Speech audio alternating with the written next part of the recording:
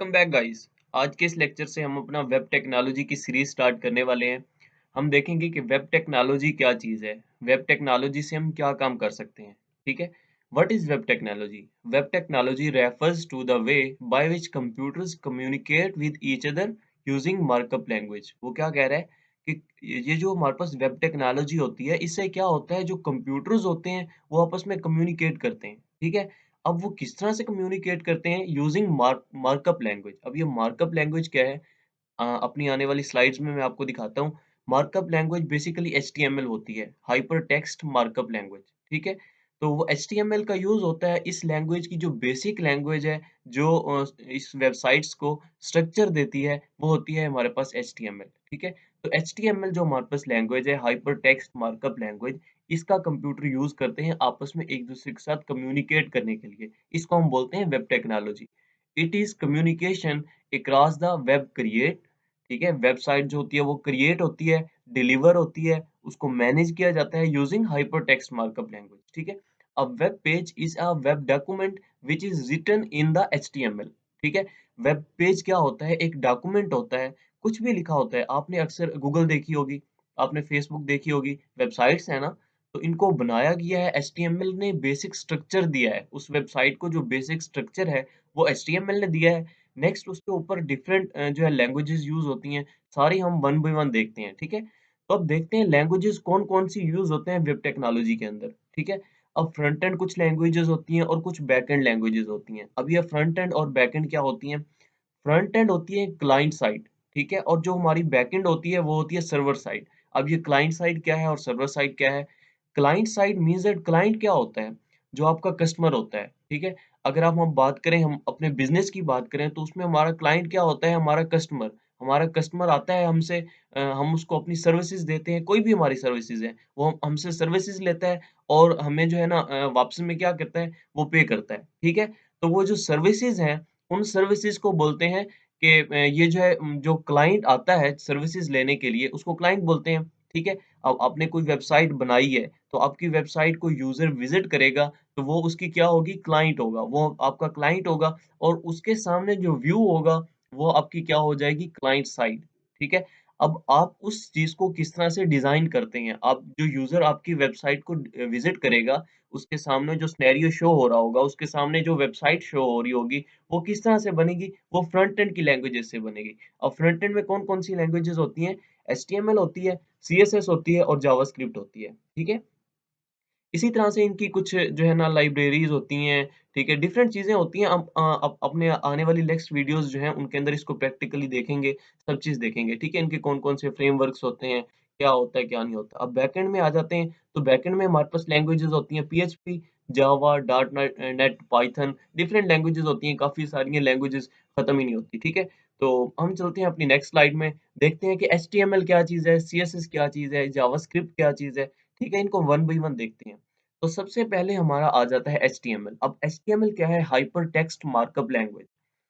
ठीक है? मैंने आपको स्टार्ट में बताया था कि वेबसाइट्स जो होती हैं, ये उसका स्केलेटन होता है, ठीक है? उसका स्ट्रक्चर होता है। अब आपकी कोई भी वेबसाइट है, मैं आपको प्रैक्टिकली एक एग्ज़ाम्पल दिखाऊँगा, एक वेबसाइट आपको दिखाऊँगा, मैं आपको एक प्रोजेक्ट दिखाऊँगा, एक कैलकुलेटर बनाया है, वो दिखाऊँगा आपको कि जब हम उसके अंदर सिर्फ़ हमने एचटीएमएल लगाया, तो वो हमारा कैलकुलेटर किस तरह से शो होता है।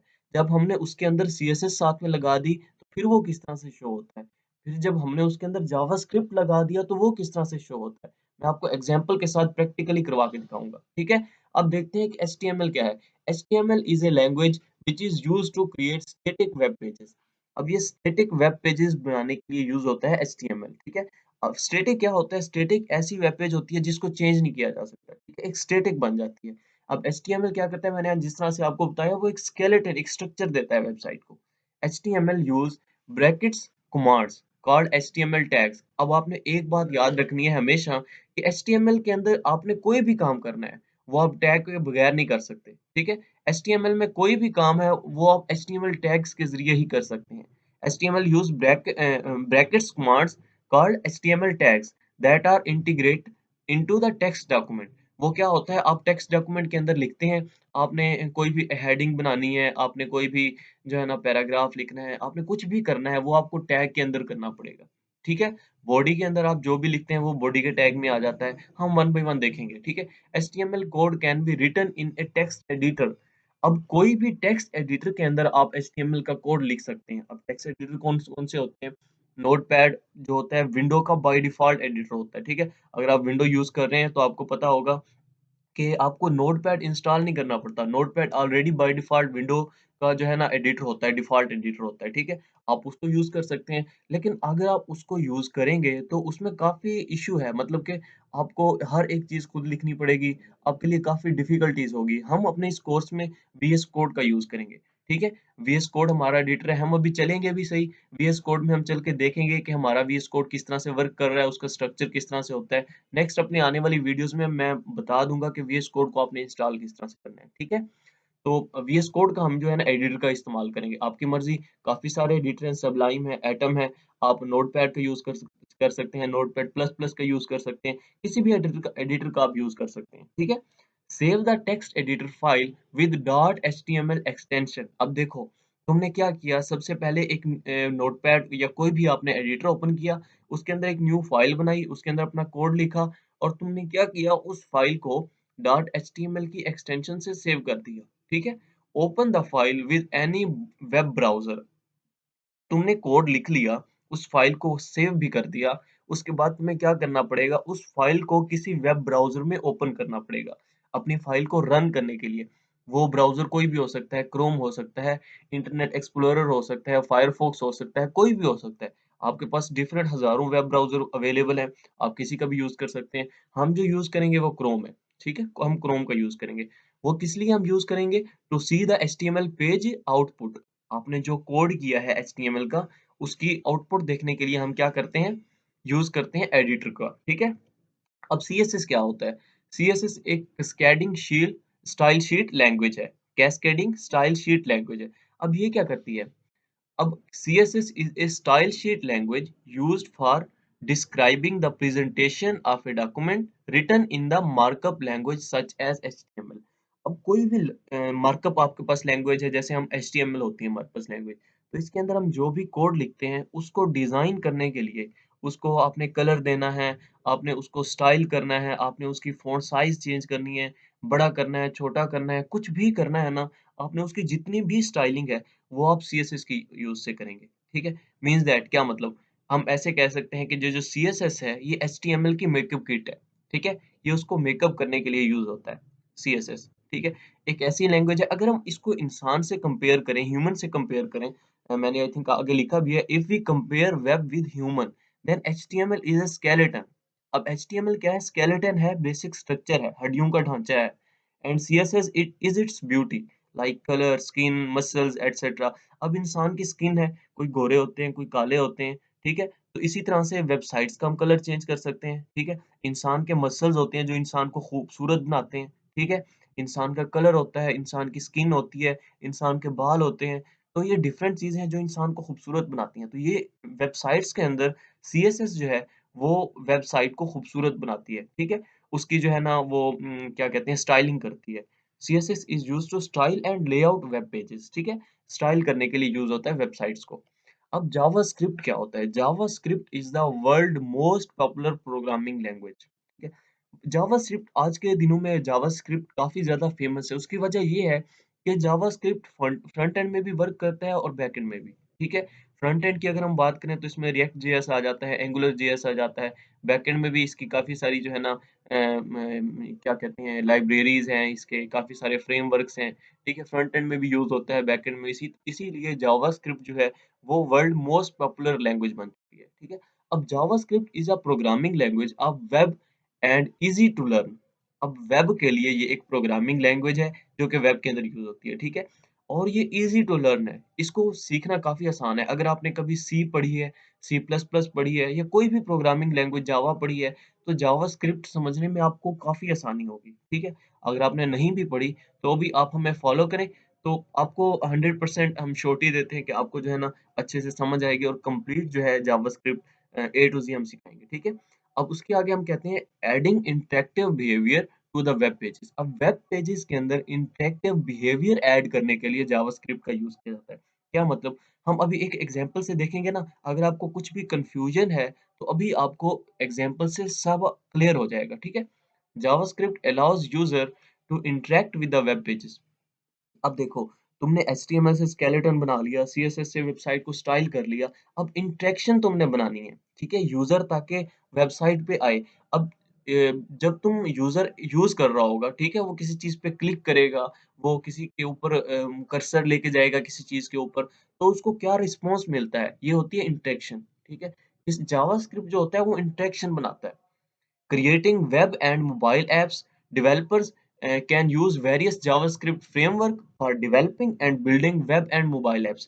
ठीक है, JavaScript जो है ये वेबसाइट डेवलपमेंट में भी यूज होती है, इसी तरह से एंड्रॉइड डेवलपमेंट में भी, मोबाइल एप्स डेवलपमेंट में भी यूज होती है, ठीक है। तो चलते हैं हम अपने देखते हैं कि जो मैंने आपको बताया है एग्जाम्पल में आपको दिखाऊंगा, प्रोजेक्ट दिखाऊंगा, जिसमें मैं आपको दिखाऊंगा कि किस तरह से HTML वर्क करती है, किस तरह से CSS वर्क करती है और किस तरह से हमारा JavaScript वर्क करता है।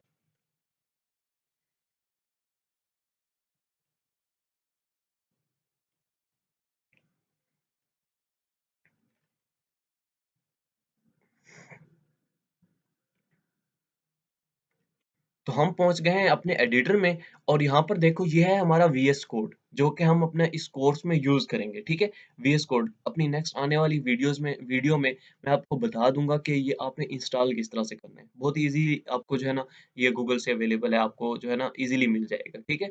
तो अब देखो ये मैंने एक प्रोजेक्ट बनाया हुआ है, ये एक मैंने ना मतलब के कैलकुलेटर बनाया हुआ है। ये इतना सा कोड नहीं है, ये सिर्फ एचटीएमएल का कोड आपको नजर आ रहा है, ठीक है। ये देखो यहाँ पे एक फाइल लिंक्ड है, ये हमारी सीएसएस की फाइल है। इसी तरह से अगर हम नीचे आए तो यहाँ पे एक हमारी जावास्क्रिप्ट की फाइल लिंक्ड है, ठीक है। तो हमारी 3 फाइल्स के ऊपर एक प्रोजेक्ट बना हुआ है, ठीक है।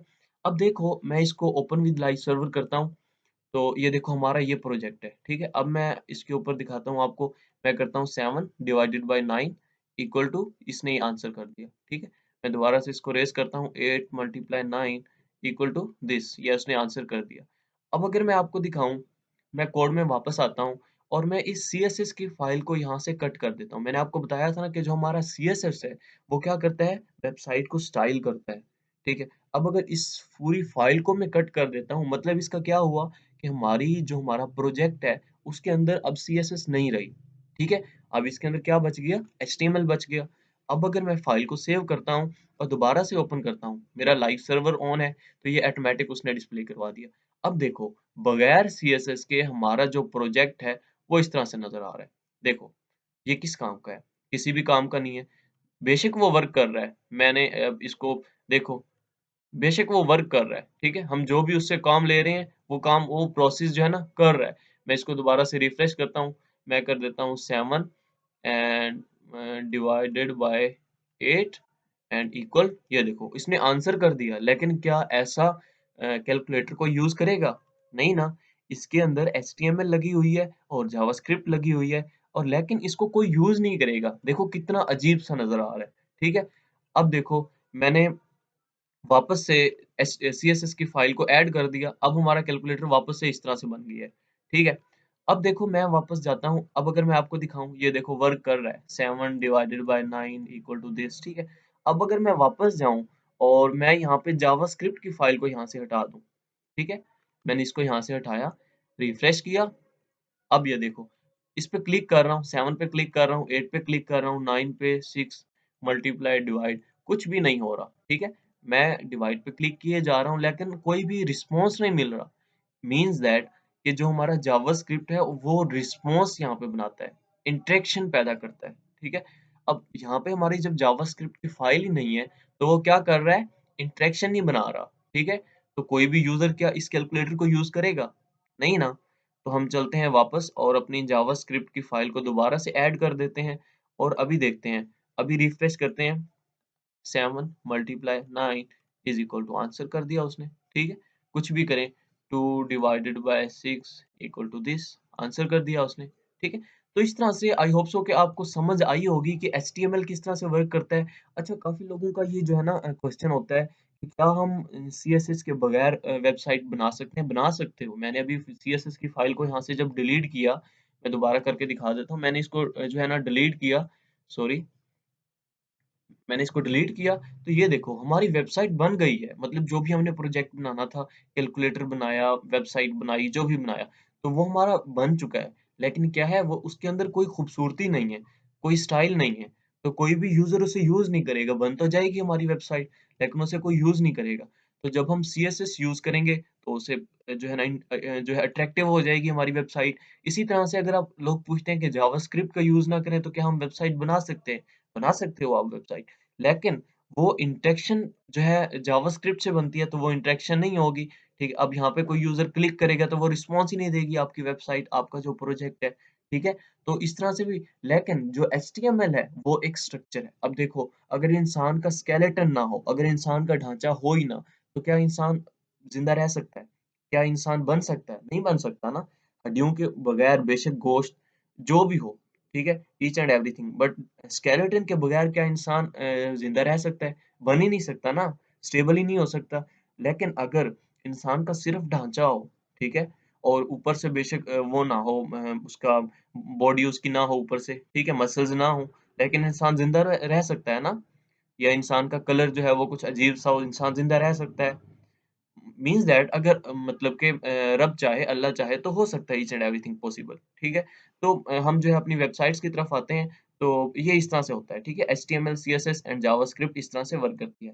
आई होप सो कि आपको कंप्लीट समझ आई होगी। अगर फिर भी किसी किस्म का कोई कन्फ्यूजन है, तो आप कमेंट सेक्शन में पूछ सकते हैं। इसके अलावा आप जो है हमसे व्हाट्सएप पे कॉन्टैक्ट कर सकते हैं, इंस्टाग्राम पे कॉन्टैक्ट कर सकते हैं। ईच एंड एवरीथिंग डिस्क्रिप्शन में आपको अवेलेबल है। Thank you so much. फिर मिलते हैं नेक्स्ट वीडियो में, तब तक के लिए अल्लाह हाफ़िज़।